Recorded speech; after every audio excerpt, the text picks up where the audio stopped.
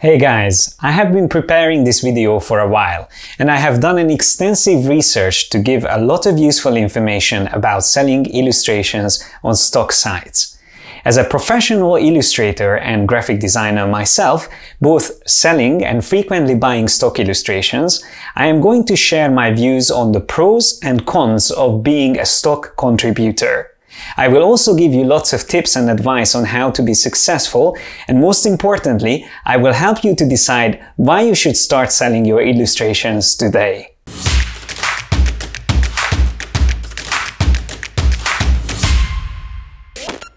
Alright, so before we get started in Adobe Illustrator and look at a few examples and how to prepare files to be sold on stock sites like Adobe Stock, I wanted to talk about a few things that I prepared slides for. And on each of these slides, I also included some amazing artists' work, and all of these artists are on Adobe Stock selling their work. You will always see the artist's name on the right, and if you want, you can check out their work and see other examples from them. But first of all, what do you need to become a contributor on a site like Adobe Stock? Well, first of all, you need to be at least 18 years old, and you have to actually prove that by providing a government-issued ID. It can be a passport or it can be other IDs, but it has to be a photo ID.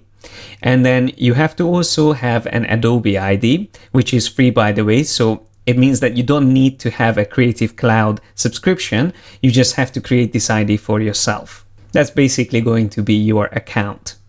Now, once you start selling your work, it's good to know that Adobe Stock is going to give you 33% of the sales, so that's going to be your royalty on photography and vector illustrations. And if you are selling animations or video files, then you will get 35%. I think it's not too bad, it's quite fair. I've seen worse percentages than these. And of course, the amount that you get for each of your sales depends whether it was sold as a premium or as a standard license. But I'm going to get deeper into these later on. In case you are not familiar with Adobe Stock, currently it has over 90 million images, video files, 3D models, and so much more. And the unique aspect of it is that it's completely built into all of the Adobe Creative Cloud applications.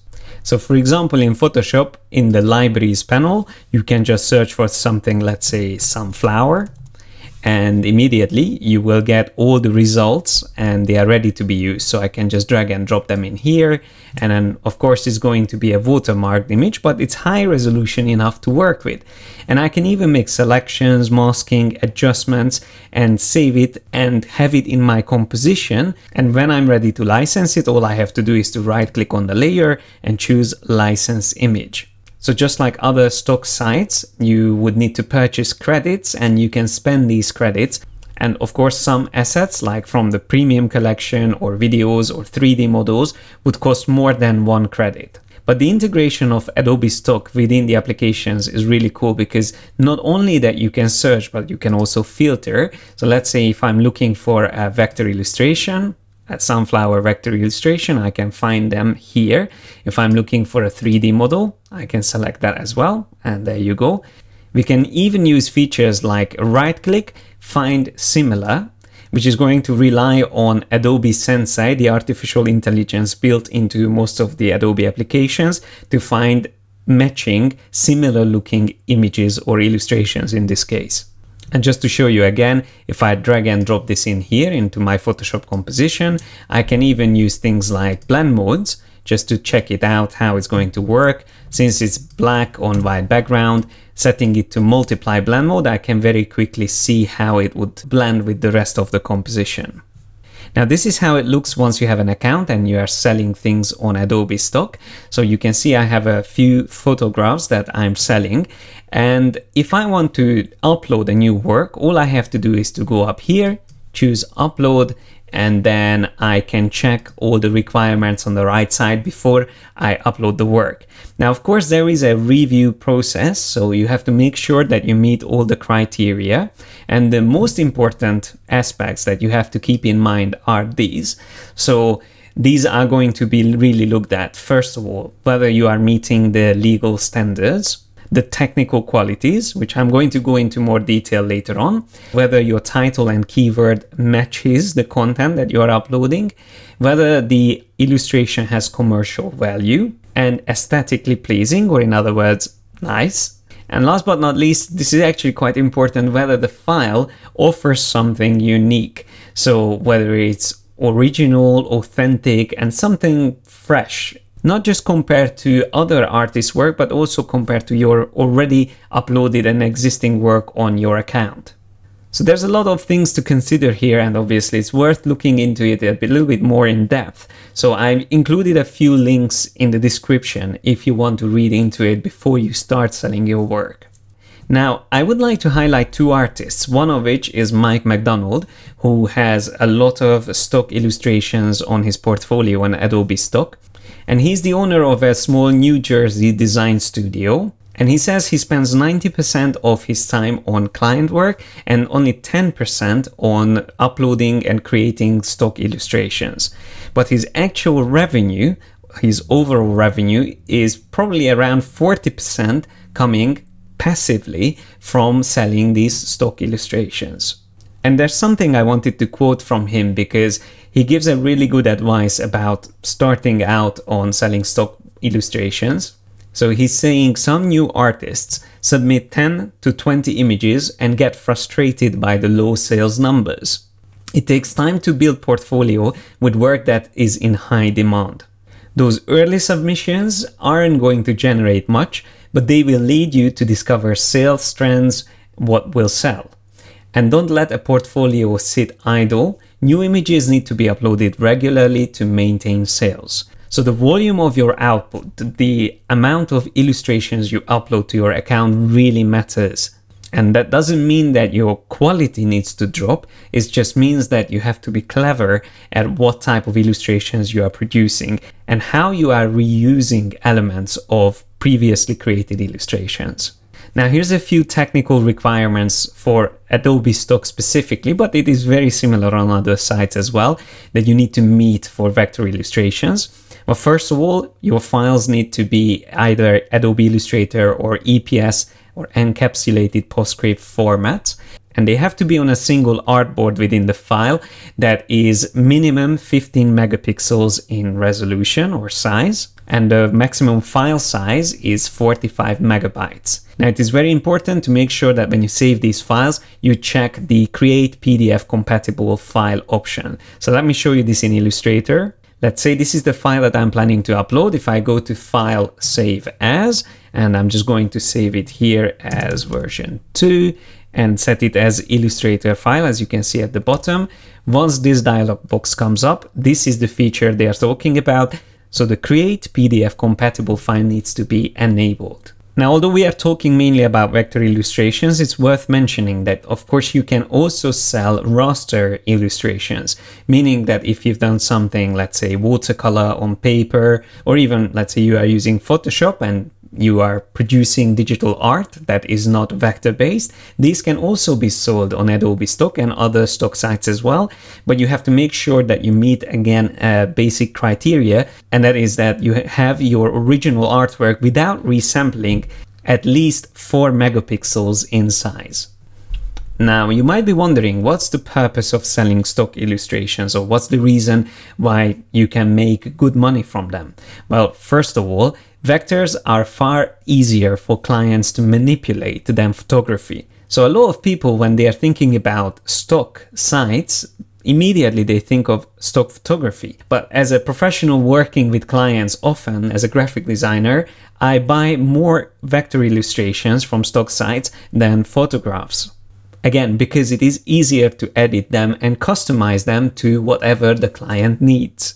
So they offer much more flexibility than videos and photos. And it is an interesting thing that, again, a lot of people don't even think about, that if you are a graphic designer or professional illustrator, why would you ever need to buy something from an Adobe Stock site? I think most of the buyers on these stock sites, including Adobe Stock, are actually professional graphic designers, or of course working in the marketing department. But professional graphic designers, even though they might be able to create these illustrations themselves, It just saves them so much time and effort to get something from a site like Adobe Stock and then tweak things around and place them into their composition or layout. So why would they start from scratch when the thing that they are looking for already exists and easy to access? They are getting paid for the end result, which could be a whole branding by the client, in which Adobe Stock illustration is only an element. And time is a very important factor for every client work. So wherever you can save time in this profession is obviously very useful for the whole workflow. Now, if you can establish a really good style and you continuously and constantly upload your work in that style, then buyers will notice that, and if they like your work, they will stick to buying work from you. And eventually they will also probably get in touch with you and get bespoke illustrations created for them. Now, here's another artist on Adobe Stock called Jungle Out There, and the work of this artist is really fun. You can see there's so much variety already in the work that you've seen on my slides. But of course, there are artists uploading work in many different or various styles. And even this artist, although most of the illustrations are cute and kid-friendly, some of them are actually more sarcastic, like that unicorn. I just love that one, and the taco cat. And this illustrator is a full-time director at a California ad agency. And again, she works full-time as an illustrator, but she does this as a side gig. But she manages to sell year after year over 10,000 illustrations. So it is again providing her a really good revenue. And the thing about this type of passive income, that it's like an investment. So maybe you won't see much income in the beginning. And the more time you invest into creating new illustrations, the higher chance that you eventually going to reach a level that these artists are already on. Now, you can tell that I'm quite passionate about the topic, but I didn't want to cover this without showing you the pros and cons. And again, this is in my opinion. You might think of other advantages and disadvantages, but here's a quick list of the pros. So the passive income and the investment over time is something we already talked about. Compared to having a physical shop on the high street where you sell your work, or physically posting your artwork to customers, with stock sites, you have no additional costs, no production, storage, delivery, or marketing costs, because again, that's all handled by platforms like Adobe Stock. You can work from anywhere and with a completely flexible schedule, which is great. But most importantly, you have creative freedom, so you can choose to do illustrations that you like without any annoying briefs and reviews and clients telling you what to do. So this means you can specialize in subjects that you are interested in. And of course, it really shows if an artist can work on things that they are interested in. Let's say I love hiking and being outdoors, so a lot of my illustrations tend to be about that. While my wife, who has a side gig called Her Design World, is focusing more on colorful and cute illustrations. If you're intrigued to see her work, the link is also in the description below. Now, going back to the advantages, there's one obvious point: the exposure to a worldwide audience and the possibility of being found by potential clients. And I know a lot of artists personally whose stock illustrations led to commission work from big clients. And once they start working with a client and they are happy with their work, it becomes an ongoing relation. So once again, this is why I call selling stock illustrations online an investment, both in terms of revenue, but also in terms of building relationships with your potential clients. There's a few other obvious things, like you upload something once and then you can sell it 1,000 times. So even if you are not making a lot of money from it, selling it a lot will eventually lead to a really good return. But there's other advantages you might not even consider, like from the sales that you do. Let's say you have 100 illustrations. The most successful ones will be a direct feedback from your customers telling you what you should focus on or what you are good at. So I think this is better than asking a friend, what do you think of my illustration? Because here you are actually getting response and feedback from your real clients, people who are actually paying money to get that work from you. This is especially useful if you are just starting out and trying to establish what style you should do with your illustrations. Now, if you are already working as a professional illustrator and this is just a side gig like I mentioned before, then there's another aspect as well which can be quite interesting and useful, and that is whenever you work on client work, you most of the time would produce a lot of excess illustrations. So let's say a logo design, you would have lots of variations out of which one is going to be picked and refined and sent to the client. But you could use all of those additional sketches and turn them into vector illustrations quickly and easily to be able to sell them as stock illustrations. So why leave them just lying around when you can actually turn them into something profitable? And there's another aspect as well to doing stock illustrations, and that is it can be a great prompt and giving motivation to work on new illustrations. And that's something that really applies to me. So in my free time, I don't always feel like doing illustrations, but when I think about selling it or when I see my work being sold on stock sites, it really motivates me to do something. And that's not just me again, I know a lot of artists who feel the same way. Now, it wouldn't be the full picture without the cons or disadvantages of selling your work online. So here's a few points. First of all, you have no control over where your illustration is going to be used. This might not be bothering you, but I heard of cases where it was actually quite bad. So illustrations are probably less of a problem than photography, especially if you are a model. But still, it's something worth keeping in mind even with illustrations. And one that is probably the most commonly discussed disadvantage is the low payment per sales, which is a huge argument. A lot of people have different ideas about this, so I don't really want to go deep into it. But again, it's something definitely worth keeping in mind. So while let's say you can sell your artwork if it's a commissioned illustration for, I don't know, probably 100 times more or sometimes 1,000 times more than what a customer would pay for it on a stock site. Having your work on a site, sometimes if it gets popular, you might get thousands of sales. So then you are ending up roughly earning the same amount of money for it.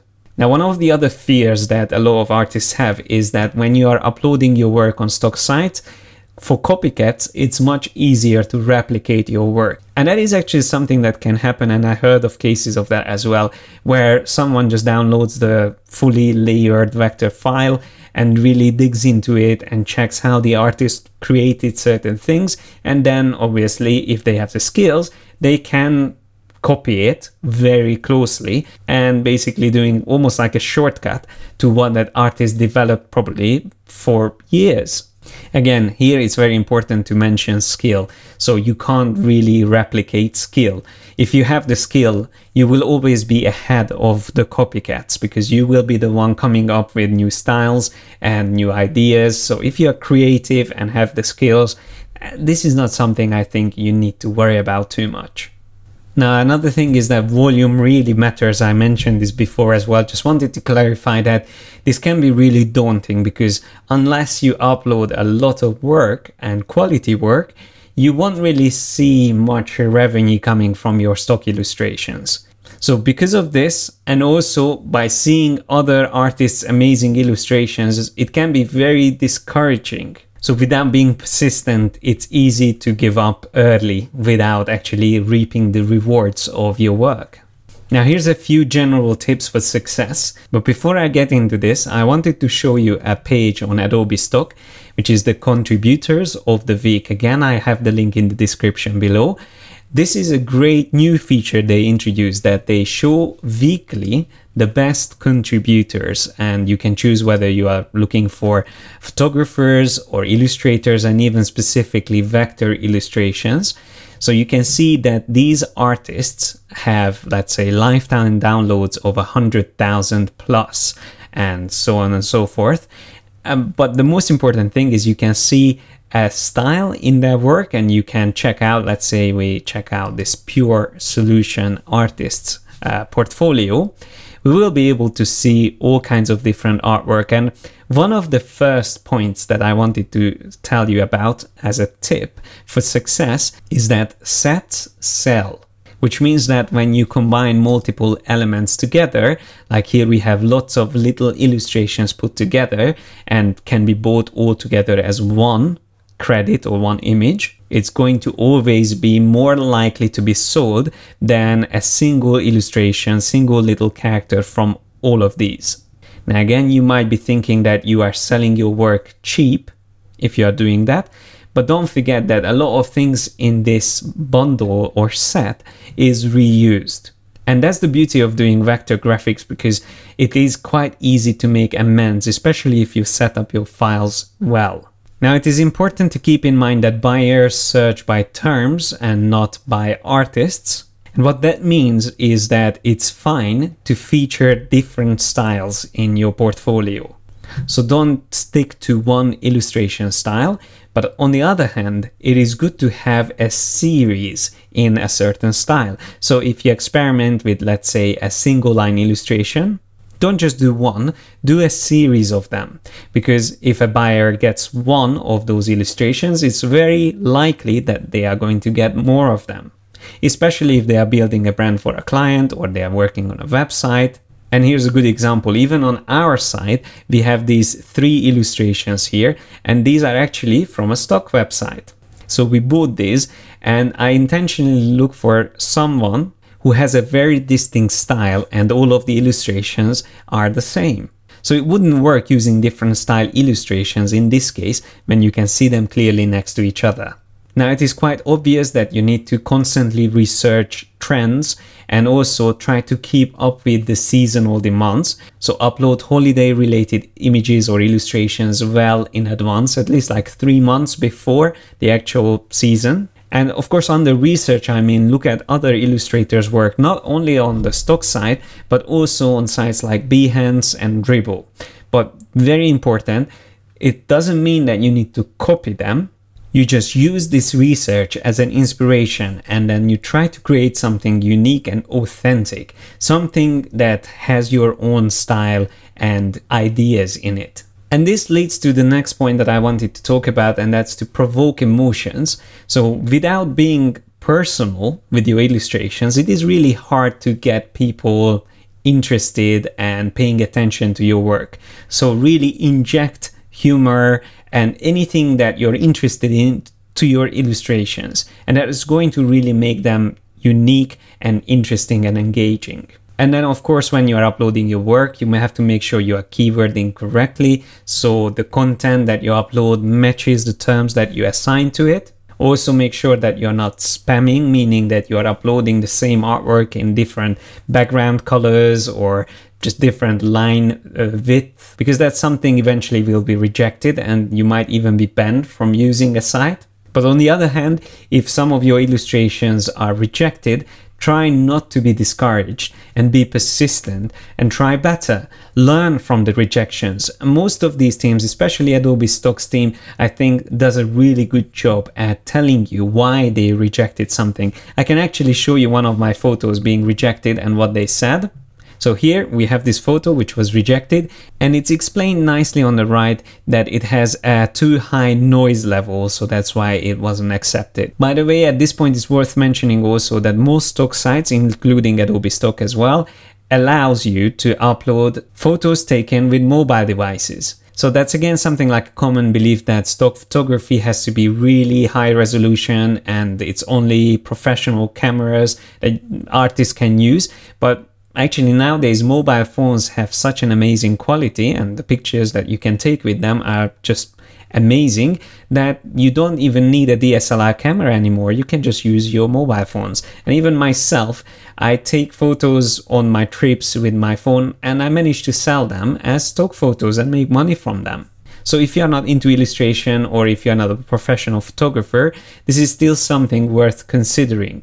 And last but not least, here's a few technical advice that's worth considering before uploading your files. First and foremost, you have to keep your files tidy. And what I mean by that is to make sure that you have things grouped and organized into layers. So here in this case, for example, everything is a separate element. I can't really select, for example, the plane separately because every element is a single path. It's not grouped together. So you have to put yourself in the buyer's position and you have to think about what would they want to make changes to. So you have to really pay attention to organizing your work, deleting unused layers, and even get rid of things like unused swatches, which you can do very easily by going into the swatches panel, choose select all unused, and then delete. And then say yes. And of course, if you want, you can add all the swatches that you use by selecting all, use Command or Control A, and then go again to the drop down and then choose new color group. From the dialog box, just choose selected artwork, and then when you click OK, you will see all the colors you used in your illustration added to the swatches. So this is relevant to the illustration, while the original default swatches were completely irrelevant. The same applies to graphic styles, brushes, and symbols. So anything that doesn't need to be there for the illustration, you should delete and just keep your file clean. I mentioned this before, but also make sure that the illustration is on one artboard and there's nothing outside the artboard, so you need to delete everything from your pasteboard. Now, the next advice is that try to avoid text when possible, and on the right side you can see a few examples of that instead of actual copy, you can just include a few lines and represent that someone is talking about something just with a speech bubble and those lines. Of course, in certain cases, like on this previous page, we have actual copy and some lorem ipsum text that can be editable to make it easier for a client to see how that graphic could work on a website or on a flyer or what have you.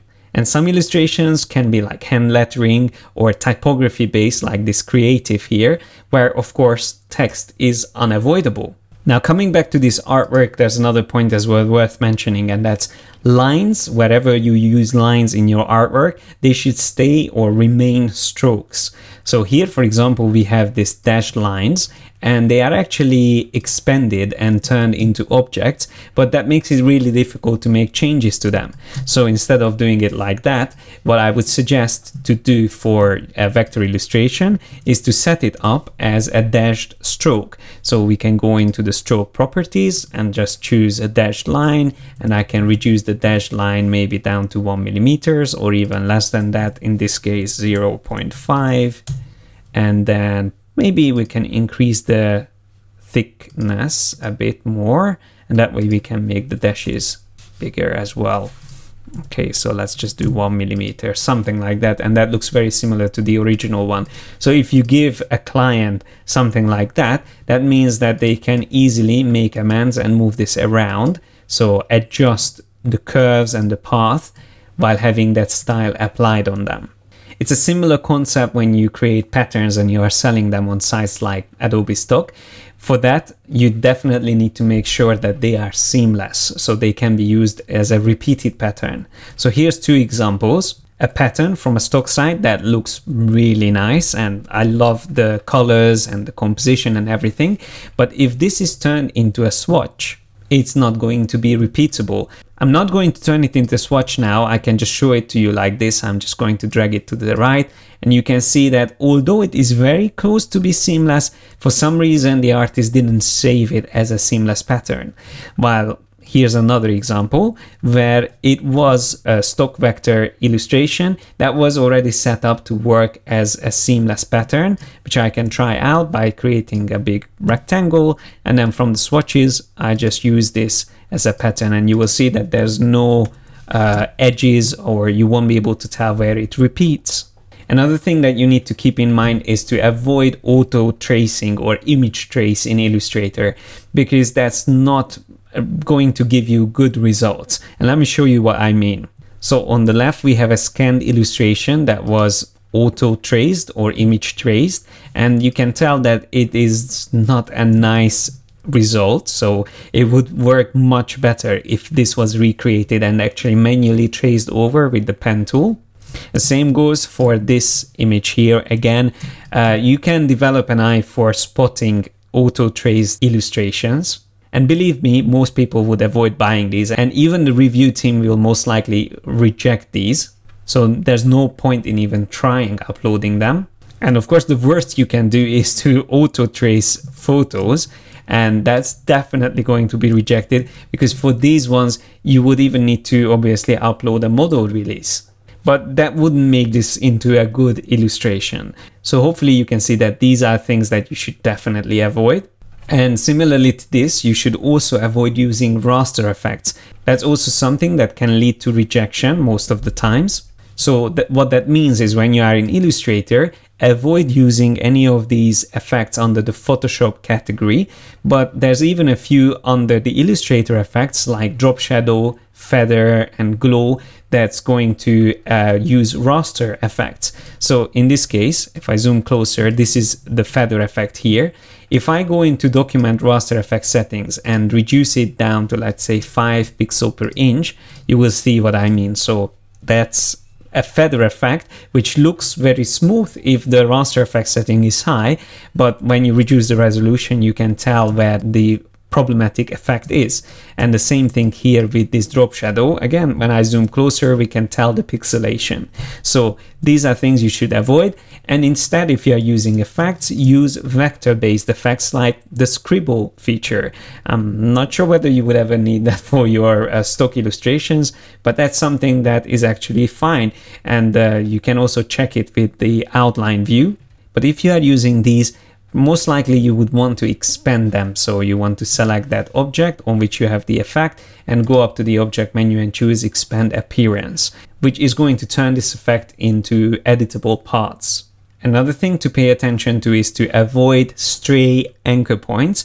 So things like these here are completely unnecessary, and sometimes you might not notice small anchor points. So again, the outline view, Command or Control Y will help you to spot them. So there's one here, now I can see it better, that should be deleted, but any of these additional lines should be also deleted. And sometimes you might even need to reduce the amount of anchor points where you have too many of them. Let's say here, I just select these lines. Sometimes maybe instead of deleting, you can also just go into the object menu, choose Path and Simplify, which will give you an indication of what that can be simplified to.